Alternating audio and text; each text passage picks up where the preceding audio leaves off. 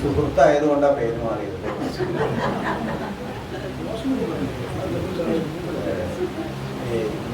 ഞാൻ അങ്ങനെ വേദിയിലിരിക്കുമ്പോൾ സാഹിതിയിലേക്ക് എന്നെ ക്ഷണിച്ചതിന് വലിയ സന്തോഷം. എന്നെ പോലെ വളർന്നു വരാൻ ശ്രമിക്കുന്ന കലാകാരനെ ഇതുപോലെയുള്ള വലിയ സിംഹമടകൾ ഭയങ്കര പ്രചോദനമായിരിക്കും എപ്പോഴും. കാരണം ഈ ഇരിക്കുന്നവരെല്ലാം സിംഹങ്ങൾ. അതിൻ്റെ ഇടയിലാണ് എന്നെ പോലത്തെ ഒരാൾ വന്ന് വിജൃംഭിച്ചുകൊണ്ട് നിൽക്കുന്നത്. ഇവിടെ ഞാനിങ്ങനെ ആലോചിക്കുമായിരുന്നു, ഞാൻ ഈ ഷോലയെ കുറിച്ച് പറയാനൊക്കെ എന്താണ്, അതായത് ആളാകുന്നത്. കാരണം 75-ലാണ് സിനിമ. ഞാൻ ഈ സിനിമ കാണുന്നത് ഒരു 990-ന് ശേഷമാണ്. അപ്പോൾ എൻ്റെ ഫാദർ പോസ്റ്റ് മാഷാണ്, അന്ന് പോസ്റ്റ് ക്ലർക്കാണ്. അപ്പോൾ നമ്മുടെ വീട്ടിൽ TV മാത്രമേ ഉള്ളൂ, VCP VCR സിസ്റ്റം ഒന്നുമില്ല. അപ്പോൾ നമ്മുടെ വീടിൻ്റെ തൊട്ടടുത്തുള്ള ഒരു മാഷയുടെ വീട്ടിൽ നിന്നാണ് 3 കാസറ്റാണെന്നാണ് എനിക്ക് തോന്നുന്നത്, VHSൽ 3 കാസറ്റാണെന്ന് ഉണ്ടായിരുന്നു. അപ്പോൾ ഈ മാഷ് കുറച്ച് ക്രൂരനായിട്ടൊരു മാഷാണ്. മാഷ് 1ാമത്തെ കാസറ്റ് ഇട്ട് ഞാനും എൻ്റെ കുറച്ച് സുഹൃത്തുക്കൾ, അപ്പുറത്തെ ഇപ്പുറത്തെ വീട്ടിലൊക്കെ സുഹൃത്തുക്കളൊക്കെ കൂടി ഇരുന്ന് കണ്ടുകൊണ്ടിരിക്കുമ്പോൾ ഇങ്ങനെ റവീന്ദ്രൊക്കെ ഇങ്ങനെ വന്ന് ഷൈൻ ചെയ്യുന്ന ആ സ്ക്രീനിൽ എത്തുമ്പോൾ മാഷ് വന്ന് സ്വിച്ച് ഓഫ് ചെയ്തു. ഞാൻ കാത്തിരിക്കുന്നു ഈ മാഷയുടെ സ്വഭാവം എപ്പോൾ മാറുമെന്ന് ഓണാക്കി തരുന്നത്. ഒരു രക്ഷയില്ല, അദ്ദേഹം ഓണാക്കില്ല. നമ്മൾ നേരെ വീട്ടിലേക്ക് പോയി. അപ്പം ഞാൻ എൻ്റെ അമ്മയുടെ തറവാട്ടിൽ പോയപ്പോൾ വെക്കേഷൻ സമയത്താണ്. നമ്മൾ പിന്നെ അന്ന് രാത്രി ഉറങ്ങുമ്പോഴൊക്കെ ഈ ധർമ്മേന്ദ്രി അമിതാഭ് ബച്ചൻ എന്താ ഇനി ചെയ്യുന്നുണ്ടാവുക. പിറ്റേ ദിവസം രാവിലെ എണീറ്റ് പല്ലൊക്കെ തേച്ച് കുടിക്കുന്നില്ല, ഭക്ഷണം കഴിച്ചിട്ട് നമ്മൾ വീണ്ടും ഓടും അങ്ങോട്ടേക്ക്. തൊട്ടടുത്ത് കൂടെ വേലി അപ്പുറം പോയി. മാഷയുടെ ഭാര്യയുണ്ട്, സരസ്വതി ടീച്ചർ എന്ന് അവർ ഒരു ഹെഡ് മിസ്സസ് ആയിരുന്നു. അവരൊരു പാവമാണ്. ആ ടീച്ചറോട് വീട്ടിൽ ടീച്ചറെ ഇതൊന്ന് വെച്ച് തരുവെച്ച്. ഞാനെന്താ ചെയ്യുക, മാഷ സമ്മതിക്കില്ല. മാഷ്ക്ക് എന്താ പ്രശ്നം വെച്ച് കഴിഞ്ഞാൽ വീട്ടിൽ വേറെ ആരും വരുന്നൊന്നും മാഷ്ക്ക് ഇഷ്ടമല്ല. അങ്ങനെ മാഷ് എനിക്ക് തോന്നുന്നൊരു കല്യാണത്തിനൊക്കെ പോയ ദിവസം എന്നെ ആ ടീച്ചറുടെ ഒരു മകളുണ്ട്, ഹേമ ചേച്ചി എന്ന് പറഞ്ഞാൽ എൻ്റെ അമ്മയുടെ ഫ്രണ്ടാണ്, അവരെ വീട്ടിലേക്ക് വിളിച്ചു വരുത്തി എനിക്ക് വേണ്ടിയിട്ട് ആ കാസറ്റ് 2 കാസറ്റ് ഒറ്റയടിക്കിരുന്ന അന്ന് ഞാൻ കണ്ടു തീർത്തു. എനിക്ക് അന്ന് ഭയങ്കര ഭയങ്കര വികാരമായിട്ട് തോന്നിയൊരു സിനിമ അതാണ്. ഞാൻ അത് കഴിഞ്ഞിട്ട് ജോഷില എന്ന് പറഞ്ഞൊരു പടം ഓർക്കുന്നുണ്ടോ അറിയില്ല, സണ്ണി ഡിയോളും അനിൽ കപൂറും കൂടി ജോഷില എന്ന് പറഞ്ഞൊരു പടം വന്നിട്ടുണ്ട്. ഇതിൻ്റെ വേറൊരു മൂഡാണത്. അമരീഷ് പുരിയാണ് വില്ലണയിൽ. അതും ഇതുപോലെ എനിക്ക് ഭയങ്കര ഇഷ്ടം തോന്നിയൊരു സംഭവം. അടുത്തത് എൻ്റെ അടുത്ത് ഇങ്ങനെ ശരത്തേട്ടൻ ഇങ്ങനെ ഒരു സംഭവം പറയുന്നുണ്ടായിരുന്നു. അപ്പോൾ ഞാൻ പറഞ്ഞു ഇതിനെക്കുറിച്ചൊക്കെ പറയാൻ നമുക്ക് അത്ര വലിയ ആധികാരികമായിട്ടുള്ള കഴിവൊന്നുമില്ല എന്ന് പറഞ്ഞപ്പോൾ അല്ല അതൊക്കെ വരും എന്ന് പറഞ്ഞു.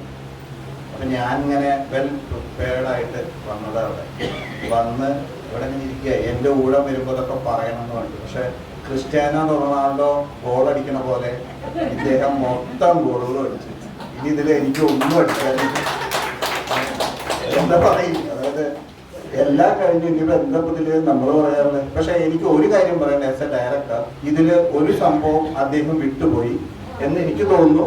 ഞാനതിങ്ങനെ കാത്തുകൊണ്ടിരിക്കുക, അതും പറയൂ ഇല്ല. ഞാൻ എൻ്റെ വിവരത്തിന്റെ റേഞ്ചിൽ ഒരെണ്ണം വിട്ടുപോയി, അതാ എനിക്ക് തോന്നുന്നു. ബാക്കിയൊക്കെ ഞാൻ കാണാതെ പഠിച്ചതും എഴുതി വെച്ചതുമായിട്ടുള്ള എല്ലാ സാധനവും അദ്ദേഹം പറഞ്ഞു. റെമോണറേഷൻ വരെ പറഞ്ഞു. ഞാൻ അതൊന്നും ആരും പറയില്ല എന്ന് വിചാരിച്ചാൽ അതുവരെ അവിടെ പറഞ്ഞു. അംജിത് ഖാന് 50,000 രൂപയൊക്കെയാണ്, അത് അദ്ദേഹം പറഞ്ഞിട്ടില്ല കേട്ടോ.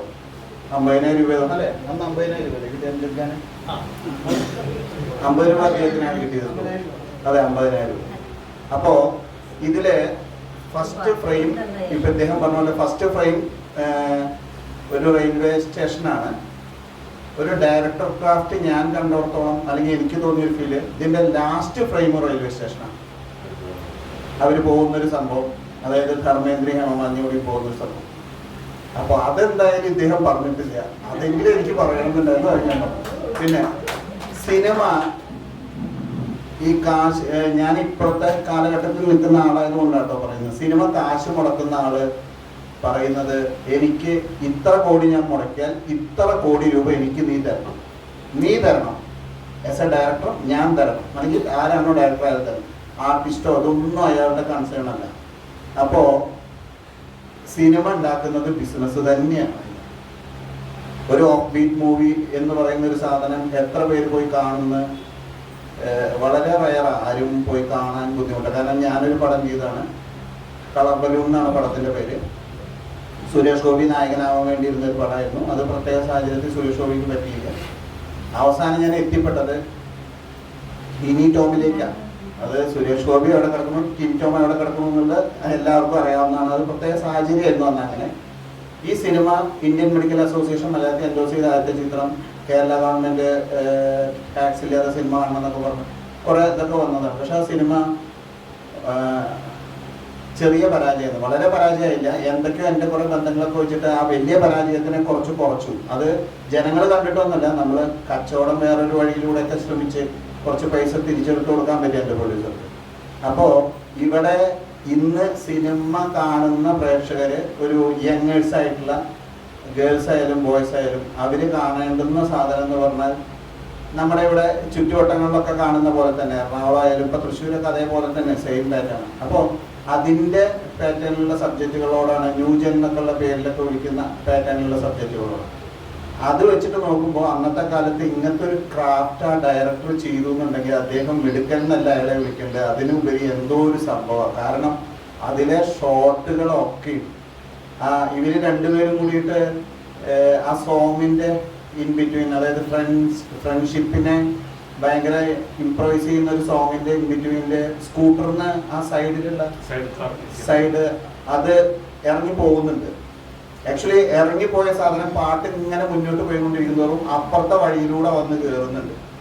ഒരിക്കലും ഇങ്ങനെ ഒരു സാധനം ലോജിക് വൈസ് ഇല്ല, ഒരിക്കലും ഒന്ന് ചിന്തിക്കാൻ പറ്റാത്തൊരു സാധനം. പക്ഷെ അതുപോലും നമ്മൾ ഭയങ്കര ആസ്വദിച്ച് കാണാൻ പറ്റാവുന്ന ഒരു സാധനമായിട്ട് ആ ഡയറക്ടർ അതിനെ ക്രാഫ്റ്റ് ചെയ്തിട്ടുണ്ട്. ഭയങ്കര എന്താ പറയുക, നമ്മളെ പോലുള്ളവർക്കൊക്കെ, അതായത് എന്നെ പോലുള്ള അപ്കമിങ് ആയിട്ടുള്ള ആൾക്കാർക്കൊക്കെ അത് വലിയൊരു സ്റ്റഡി ടൂളായിട്ടാണ് ഞാൻ കാണുന്നത്.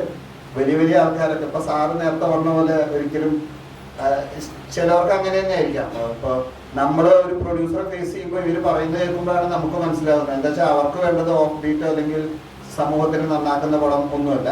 അതിനുള്ള സെക്ഷൻ വേറെ ഉണ്ട്, നീ ആ വഴിക്ക് പോക്കോ.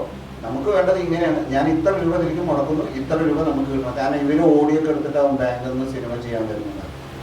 അപ്പോൾ ആത്യന്തികമായിട്ട് ഷോലയെ കുറിച്ച് പറയാൻ എനിക്ക് വേറെ ഒന്നുമില്ല. എന്തായാലും എന്നെ ഇവിടെ വിളിച്ചത് വലിയ സന്തോഷം. വിനോദ് ചേട്ടനെയൊക്കെ പോലെയുള്ള ആൾക്കാരൊക്കെ പരിചയപ്പെടാൻ പറ്റിയത് എനിക്ക് വലിയ സന്തോഷം. എന്തായാലും നിങ്ങൾ ഒറ്റയടിക്ക് ഇതേപോലെ എല്ലാം പറഞ്ഞു വെക്കരുത് കേട്ടോ. പിന്നീട് വരുന്നവർ എന്തെങ്കിലുമൊക്കെ പറയാൻ വേണ്ടി എഴുതി വെച്ചിട്ടുണ്ടാവും. ഒരു ചെറിയൊരു അല്ല, അതാണ്. അപ്പൊ നോക്കി നോക്കും. അപ്പൊ അദ്ദേഹം ഇതിന്റെ ഒരു എൻസൈക്ലോപീഡിയ അത്രയൊന്നും നമ്മൾ എത്തിയിട്ടില്ല അപ്പൊ അവിടെ. അപ്പൊ ഇനി ഞാൻ എന്തായാലും അടുത്തതേപോലെ ഒരു വേറെ വേദിയിലെത്തുമ്പോൾ ഞാൻ ഇദ്ദേഹത്തിനെ കോണ്ടാക്ട് ചെയ്തിട്ട് മൊത്തം പുതിയ സാധനങ്ങൾ ഉണ്ടാക്കും, അത് ഉറപ്പായി.